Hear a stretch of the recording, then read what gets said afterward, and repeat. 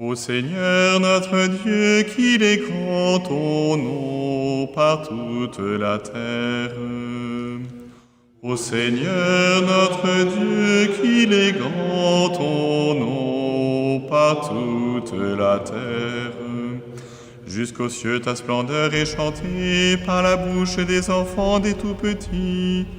Rempart que tu opposes à l'adversaire, où l'ennemi se brise en sa révolte.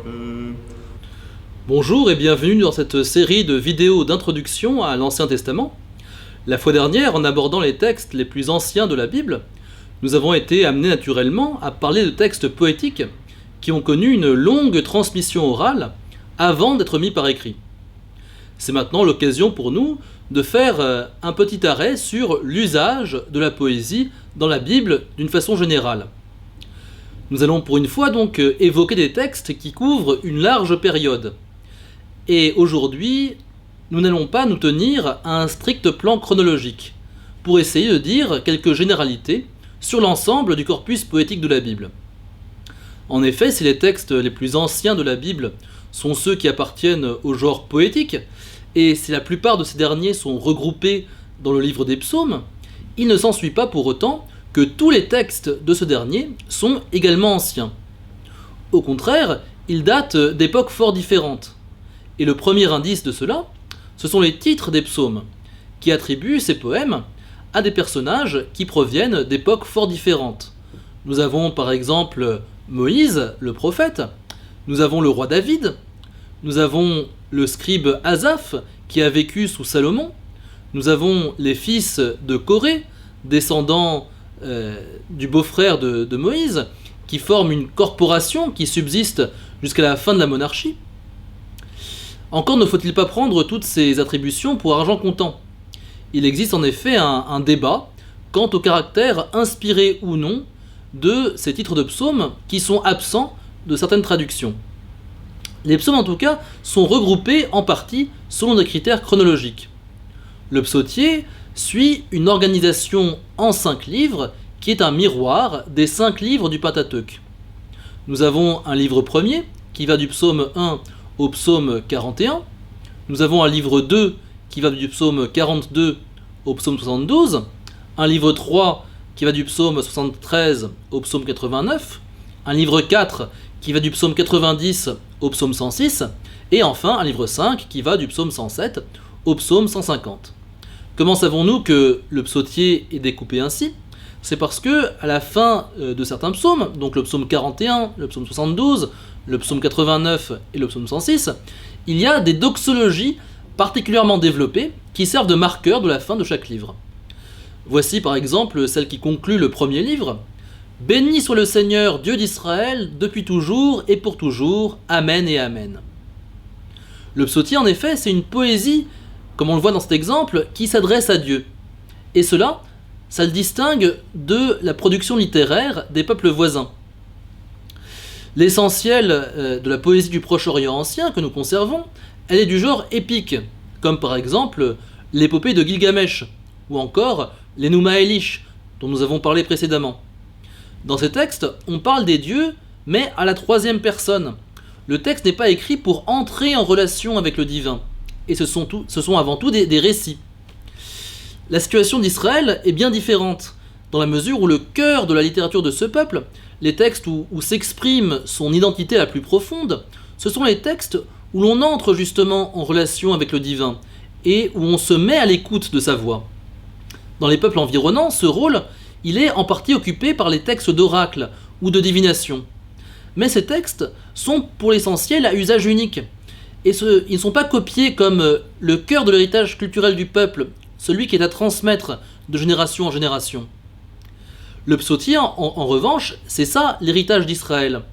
Et le thème de la réponse de Dieu occupe une place centrale dans ce cœur de l'identité nationale. Par exemple, le psaume 86 nous dit « Je t'appelle au jour de ma détresse, et toi, Seigneur, tu me réponds ». Ce sont ces poèmes-là dont Israël a fait sa tradition, en tentant de discerner, pour les réunir dans ce recueil du psautier, ceux où résonnait le plus certainement la voix de l'inspiration divine. Alors il peut sembler a priori étonnant que l'Église ait choisi de faire d'un livre aussi disparate, aussi éloigné de nos préoccupations quotidiennes que celui des psaumes, la base de notre prière quotidienne, celle qui s'exprime et se déploie dans la liturgie des heures. La raison primordiale se trouve justement dans le fait que ce livre a une profondeur temporelle, ainsi que nous venons de l'évoquer.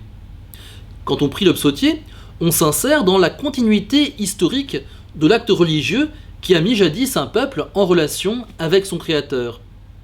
Et apprendre la langue et la culture de ce peuple, parce que, comme vous le savez, les deux sont toujours indissociables, c'est devenir partie prenante de cette histoire. On peut être parfois étonné de chanter des chants de détresse quand on est joyeux, ou des chants de louange quand on est triste, ou des expressions de colère quand on ne ressent pas cette émotion. Mais c'est comme quand on apprend une langue. On n'a pas toujours immédiatement l'occasion de se servir des expressions qu'on apprend. Mais il arrive toujours un moment où ces émotions s'emparent de nous. Et alors nous avons un langage pour les exprimer. Et cette coïncidence entre l'émotion qui habite le fond de notre cœur et le langage que nous avons fait nôtre va alors produire une résonance très profonde. Et alors c'est vraiment Dieu qui nous parle, comme jadis il a parlé à Israël. Alors ces bases étant posées, quelles sont les caractéristiques du langage poétique qui est celui du livre des psaumes ? Une chose à savoir, c'est que la poésie hébraïque est l'héritière de ce qui se pratiquait en Canaan au 2e millénaire avant Jésus-Christ, à l'âge du bronze, et que maintenant, grâce aux découvertes du XXe siècle, nous connaissons fort bien, grâce aux textes ougaritiques. Cette tradition poétique, ouest-sémitique donc, se distingue par son emploi du vers libre. Et c'est une particularité tout à fait remarquable, parce que dans d'autres traditions sémitiques, on a au contraire une métrique extrêmement rigide. C'est le cas, fameux entre tous, de la poésie arabe pré-islamique. Il semble aussi que la poésie akkadienne, pour autant qu'on la comprenne, ait été soumise à des règles strictes elle aussi. Mais la ligne poétique, en ougaritique et en hébreu, obéit à un principe tout autre que le maître. Ce principe, c'est le parallélisme.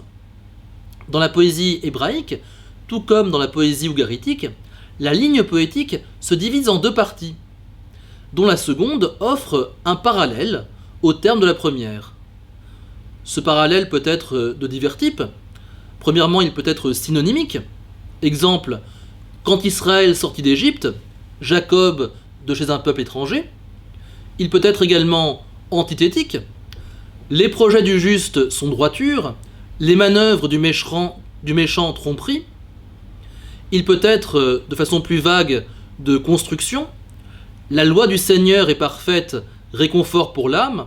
Le témoignage du Seigneur est véridique, sagesse du simple. Alors parmi ces trois types de parallèles, le plus commun, c'est le parallélisme synonymique. C'est peut-être aussi celui où on voit le mieux comment l'inspiration divine s'articule avec l'écriture humaine. Le plus souvent, dans ce type de parallélisme, dans le premier verset, on a un énoncé qui est fait avec des termes ordinaires, banals, et dans le second, cet énoncé banal est répété avec des expressions plus recherchées, des expressions souvent métaphoriques.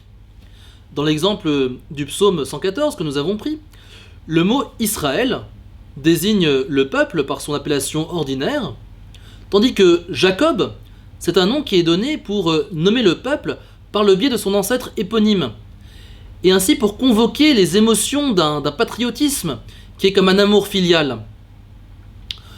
L'Égypte, dans la deuxième partie de la ligne, c'est le nom ordinaire de ce pays au sud-ouest d'Israël, mais dans la seconde partie du verset, il est qualifié de peuple étranger.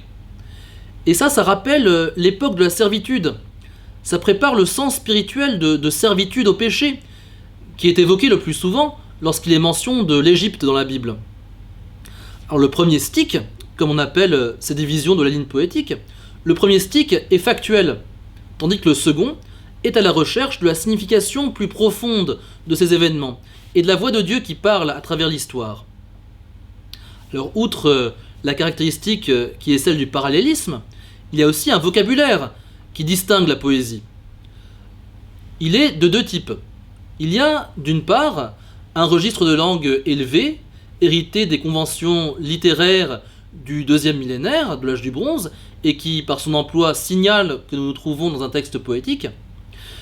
Mais d'autre part aussi, il y a un vocabulaire spécial que la langue du peuple d'Israël, à partir de l'Exode, va développer pour décrire sa relation avec son Dieu.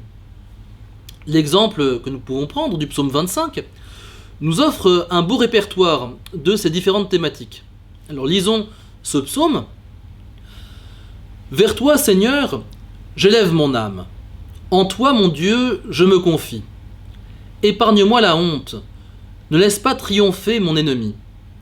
Pour qui espère en toi, pas de honte, mais honte et déception pour qui trahit. Seigneur, enseigne-moi tes voies, fais-moi connaître ta route. Dirige-moi par ta vérité, enseigne-moi, car tu es le Dieu qui me sauve. C'est toi que j'espère tout le jour, en raison de ta bonté, Seigneur. Rappelle-toi, Seigneur, ta tendresse, ton amour qui est de toujours. Oublie les révoltes, les péchés de ma jeunesse, dans ton amour ne m'oublie pas. Il est droit, il est bon le Seigneur, lui qui montre aux pécheurs le chemin. Sa justice dirige les humbles, il enseigne aux humbles son chemin. Les voies du Seigneur sont amour et vérité pour qui veille à son alliance et à ses lois. À cause de ton nom, Seigneur, pardonne ma faute, elle est grande. Est-il un homme qui craigne le Seigneur? Dieu lui montre le chemin qu'il doit prendre. Son âme habitera le bonheur, ses descendants posséderont la terre. Le secret du Seigneur est pour ceux qui le craignent. À ceux-là, il a fait connaître son alliance. J'ai les yeux tournés vers le Seigneur, il tirera mes pieds du filet. Regarde et prends pitié de moi qui suis seul et misérable. L'angoisse grandit dans mon cœur, tire-moi de ma détresse. Vois ma misère et ma peine, enlève tous mes péchés. Vois mes ennemis si nombreux, la haine violente qu'ils me portent. Garde mon âme, délivre-moi, je m'abrite en toi, épargne-moi la honte. Droiture et perfection veillent sur moi qui t'espère. Libère Israël, ô mon Dieu, de toutes ses angoisses. Le vocabulaire propre qui s'exprime dans ce psaume peut être groupé, nous allons le voir, en 5 catégories thématiques. Nous allons les noter dans l'exemple ici présent par 5 couleurs différentes. Nous allons mettre en violet la thématique de l'affliction, avec des mots comme angoisse, misère ou peine. En vert, le thème de la demande de protection, avec des mots comme se confier ou s'abriter. En rouge, celui de la compassion, avec prendre pitié, avec amour, en hébreu chesed, qui est un mot spécifique pour désigner l'amour de Dieu envers son peuple, et distinct de l'amour simplement humain, qui se dit ahava, avec aussi des mots comme libérer ou sauver. En orange, nous allons mettre le thème de l'enseignement qui est dispensé par Dieu à son peuple. Et enfin en jaune, celui de la louange et de la vénération, avec des mots comme louer, célébrer ou craindre. En effet, ici dans le psaume 25, nous avons un exemple de poésie lyrique qui s'adresse à Dieu directement pour le louer et le célébrer. Alors, outre le registre épique, dont il ne reste que quelques vestiges que nous avons vus en Exode 15 et en Juge 5, et le registre lyrique que nous venons à peine d'aborder, il y a aussi un troisième registre qui est présent dans le livre des psaumes. C'est celui de la poésie gnomique, ou poésie d'enseignement, ou encore poésie de sagesse. En effet, tandis que dans les poèmes caractérisés par le registre lyrique, c'est le thème de la supplication angoissée qui domine, d'autres poèmes font davantage ressortir le thème de la réponse de Dieu. C'est là ce que nous allons appeler les poèmes de sagesse. Et ces pièces poétiques, telles que par exemple le psaume 1, font appel à d'autres modèles poétiques qui sont présents dans la littérature du Proche-Orient antique, à savoir la tradition de la poésie didactique. Alors pour les psaumes de ce type, on va distinguer 2 grandes vagues de composition. La première prend pour modèle les livres de la sagesse égyptienne ou mésopotamienne, dont d'ailleurs nous allons reparler quand nous aborderons la littérature sapientielle. Ces traditions font l'éloge de la pondération et du bon sens. En effet, elles visent à former une classe de notables pour les cités bien polissées de ces grands empires égyptiens ou babyloniens.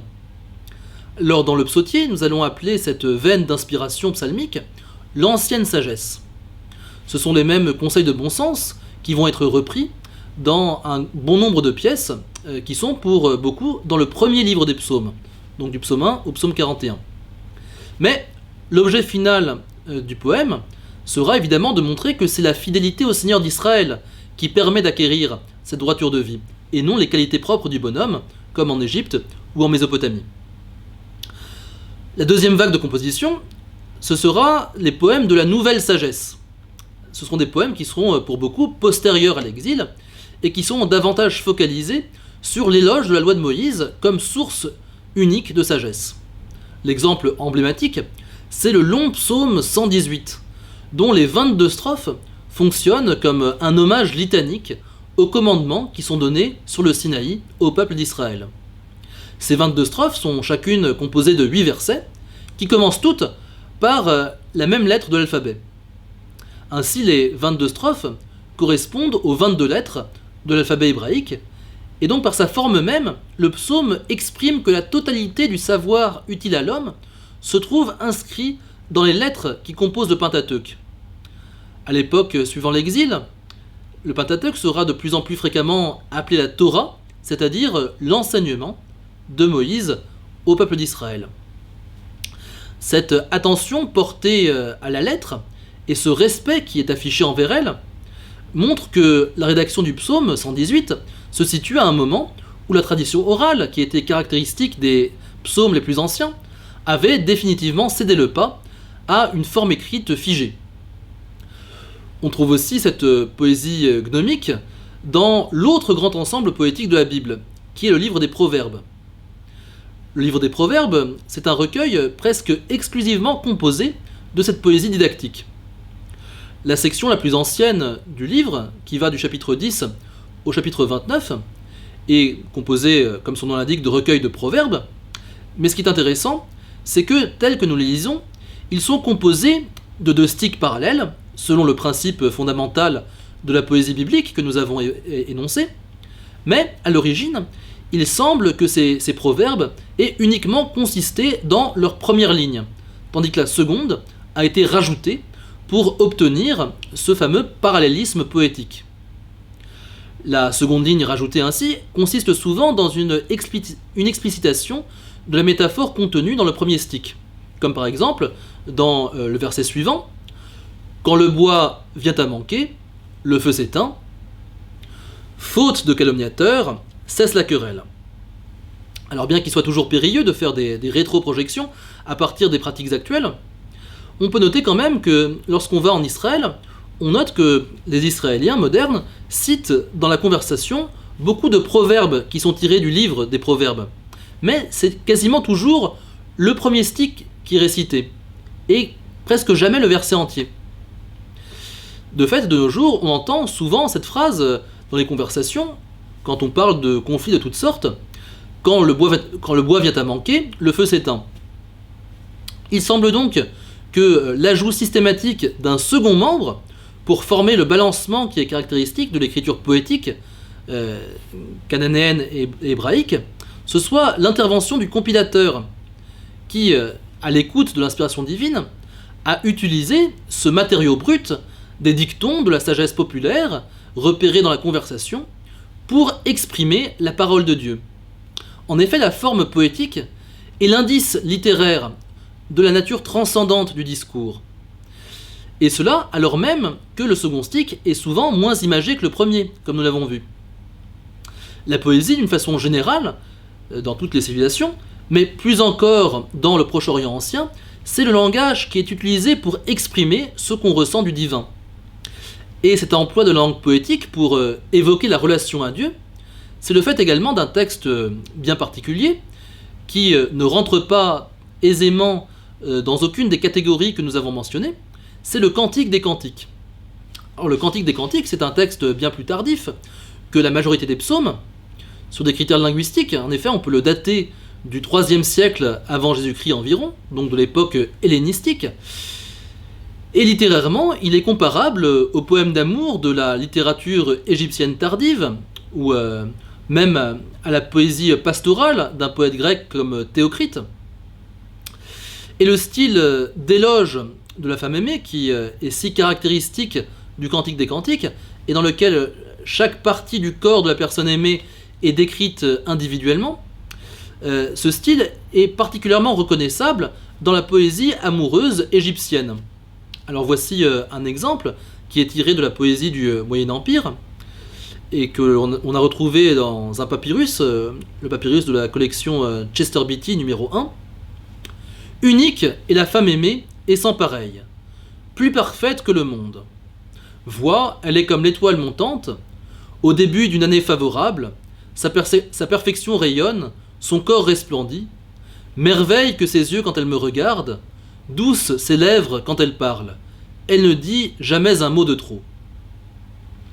Alors le Cantique des Cantiques est sans doute constitué à l'origine de poèmes indépendants, plus ou moins imités de cette veine poétique amoureuse égyptienne ou grecque, et ensemble, ces poèmes ont été réunis pour former un recueil qui n'ajoute pas beaucoup de matériaux conjonctifs pour les relier. Ça explique peut-être la difficulté que l'on a à première lecture, le plus souvent, pour reconstituer mentalement la trame des événements qui sont décrits dans le Cantique des Cantiques. Mais ce qui fait plus ou moins consensus maintenant, c'est que ce genre poétique sert à l'auteur pour exprimer de façon allégorique la révélation surnaturelle dont il se sent bénéficiaire et qui concerne la relation d'Israël à son Dieu. Il faut bien voir que ce sens allégorique n'est pas un sens adventice, c'est-à-dire un sens plaqué a posteriori sur le texte, comme pouvait le suggérer une certaine exégèse positiviste au siècle dernier. Cette interprétation est d'autant plus facilement rejetée que dans les modèles auxquels l'auteur du texte a puisé, la description de l'amour humain était déjà un prétexte pour une méditation philosophique et religieuse. En l'occurrence, dans la poésie égyptienne, c'était une exploration du thème du désir, dans lequel les Égyptiens voyaient une force capable d'attirer la conscience de l'homme vers les réalités surnaturelles. La théologie de l'auteur du Cantique des Cantiques est bien sûr tout autre, mais il était bien entendu pour ses lecteurs qu'une fidélité théologique devait nécessairement sous-tendre ses écrits. Le fait même d'écrire en vers indique une recherche du spirituel qui participe de cet acte d'écriture. Et néanmoins, et nous conclurons là-dessus, une grande particularité de la littérature biblique réside justement dans son adoption progressive de la prose pour exprimer le mystère de l'alliance de l'homme avec Dieu. La prose, c'est le registre du langage utilisé pour parler des choses ordinaires de la vie, à l'exclusion justement de la vocation à la divinité. Mais nous avons vu que des poèmes à connotation épique, par exemple Exode 15 et Juge 5, qui relatent des épisodes particulièrement importants de l'histoire d'Israël, vont être réécrits en prose. Et le texte en prose ainsi produit est placé avant les poèmes en question dans la rédaction finale du récit. Ainsi, la narration de la traversée de la mer Rouge va être consignée en Exode 14, juste avant le Cantique de la mer, qui est préservé en Exode 15. De la même façon, l'histoire de la mort de Sisera et de la victoire de Déborah et de Barak va se trouver en Juge 4, placé juste avant le Cantique de Déborah, retranscrit en Juge 5. Ainsi, dans la révélation faite à Israël, on assiste à une prise progressive de conscience du fait que la relation de ce peuple à son Dieu n'est pas comparable avec celle des autres peuples avec leur Dieu à eux, mais que cette alliance est destinée à modifier le cours de l'histoire et de la vie terrestre et ordinaire de chaque individu, et que donc le spirituel s'exprime d'abord et avant tout dans le concret et le matériel. C'est une prémisse de la théologie de l'incarnation. On peut donc écrire l'histoire de l'alliance avec Dieu en prose, dans ce registre qui sert à noter le vécu des hommes. Et c'est ce que nous continuerons à voir la prochaine fois. En attendant, bonne semaine et que Dieu vous garde.